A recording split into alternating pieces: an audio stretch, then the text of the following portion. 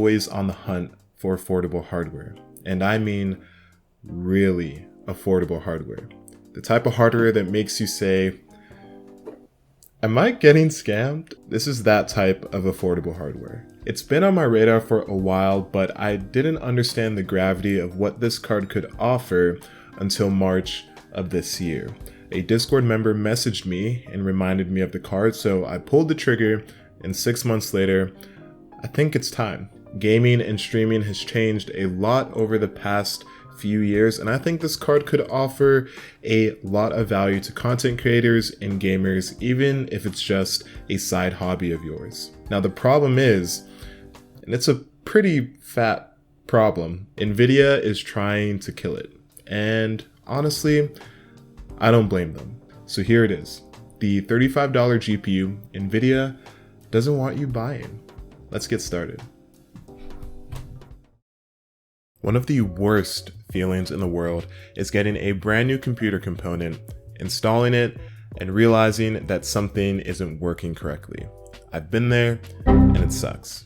Today's video sponsor, Asus, and their 20 series graphics cards powered by NVIDIA GeForce RTX are working to fix that. Their manufacturing process, known as Auto Extreme Technology, is the industry's first automated production process. So most GPUs have manufactured parts that are built and/or assembled by hand. This introduces human error. Auto Extreme's process is 100% automated, which means higher precision, the possibility of testing with tighter tolerances, and better quality control. For us computer geeks, that means we get higher reliability for our computer components. The RTX cards are powered by NVIDIA's Turing architecture, and it's their most advanced GPU architecture for gamers to date.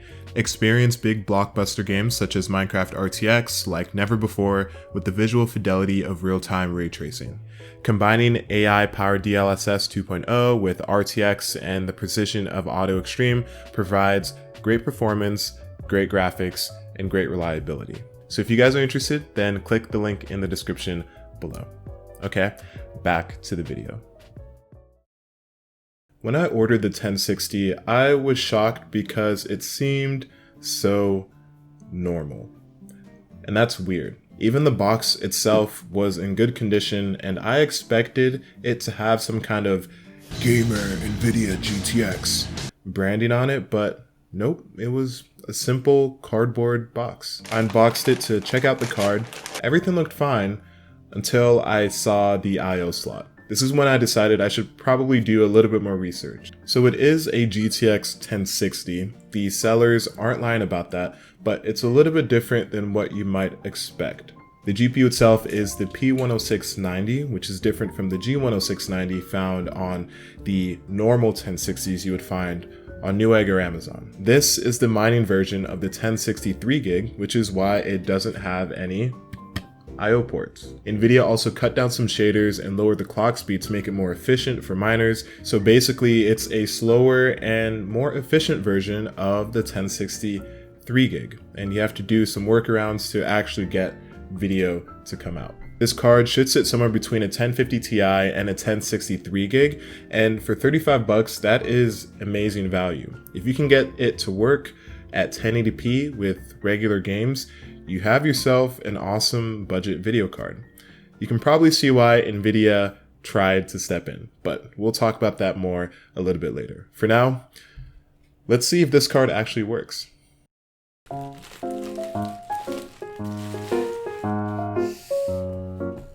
So I built the computer.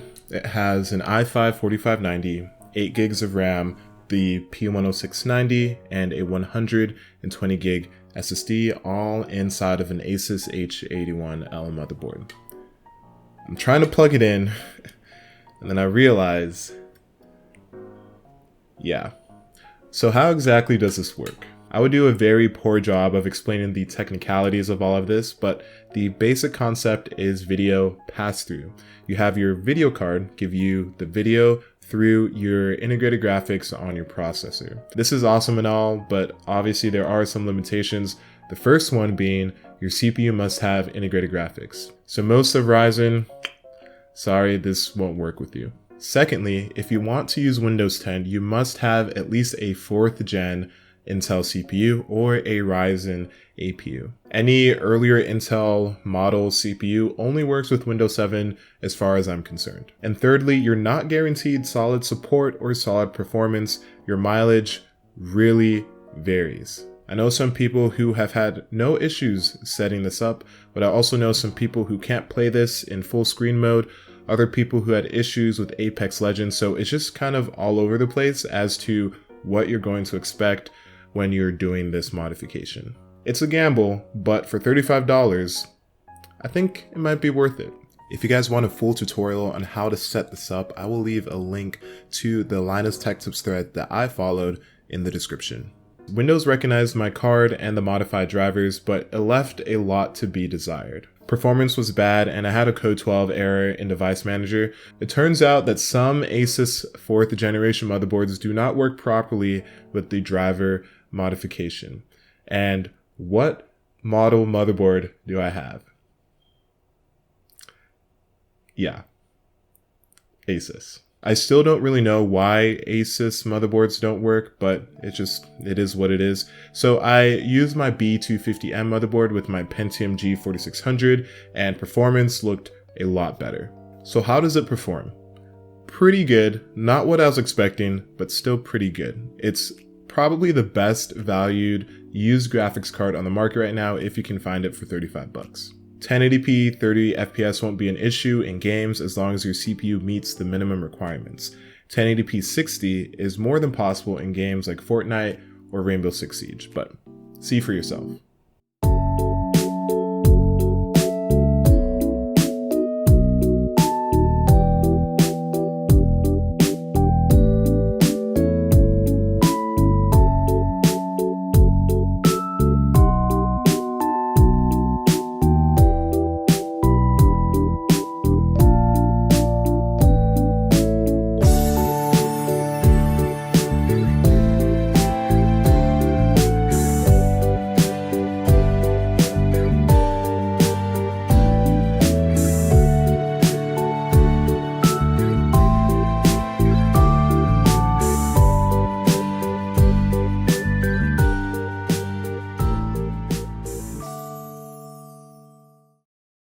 Performance is solid for the price, but it doesn't hold up to the 1060 name like I was expecting. I thought I would get maybe 25 to 30% more performance on this card just based on the specifications and the performance numbers I've seen from other people with 10690s. Overclocking didn't really do much of anything. I added a 180 offset to the core and then a 500 offset to the memory, and nothing changed. So I called it quits. This is something I might revisit later, but for $35, I didn't really think it was worth spending extra time trying to figure out what was wrong. Now, there are more things that make a card than just raw performance and value. Some of those things include features and support. This card, just gotta say it, sucks at all of them. Streaming has been blowing up in popularity recently.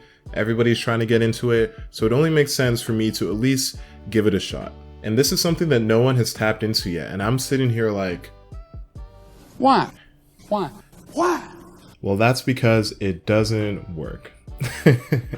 Plain and simple. NVIDIA's wonderful NVENC does not work on the P106 cards, and I'm guessing it's because they're literally missing the hardware instructions or the physical hardware itself to use NVENC. On top of that, GeForce Experience also does not work, meaning that you can't use NVIDIA Share/Shadow Play, I think, and you can't use any of the NVIDIA features that are found through the app. I mentioned that NVIDIA doesn't want you buying this card, and it's true.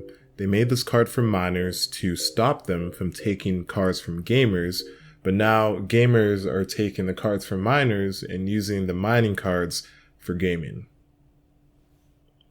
This was all fine, and I don't think NVIDIA was really going to do anything about it until the whole P106 card series became more mainstream once Linus uploaded his video on it. Now, I'm not blaming Linus for this at all. Trust me, I'm glad that he did that because it opens it up for more people to try it out, and it also provides more support for people who are using it already.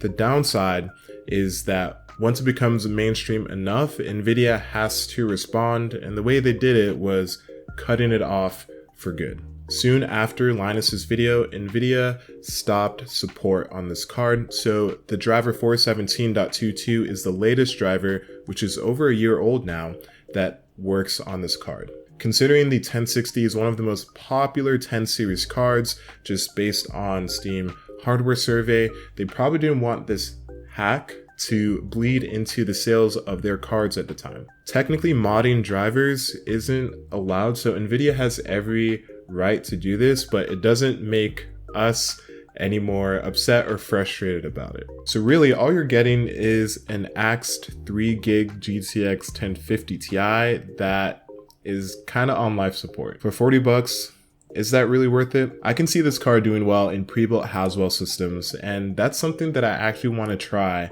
moving forward. Think like i5-4590 plus i7-4770, throw this in, and you have like a $150 gaming computer with 1050 Ti performance.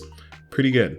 At the same time, you must be willing to sacrifice a lot of things that come with the GTX lineup: GeForce experience, solid drivers and support, no NVENC. That could be a deal breaker for some. FPS per dollar is phenomenal on this card, but if you're worried about compatibility, I would skip it. Now, if you're someone who's not worried about that, you want what is the best value card that I can get for maybe under 50 bucks, and you don't mind tinkering or modding drivers, then this is a great card for you. I just think there was a lot of potential I was expecting, and a lot of those just weren't there. Your mileage may vary too, so it really depends. Hopefully you guys enjoyed this video. If you did, leave a like. If you loved it, share and subscribe, and make sure you check out the Asus RTX and NVIDIA cards coming out soon, including on this channel. Okay, I think that's enough. I think they got the gist. Make sure you guys follow me on all socials at OzTalksHW on pretty much any social media platform that you can find, and I'll see you guys in the next one. Peace.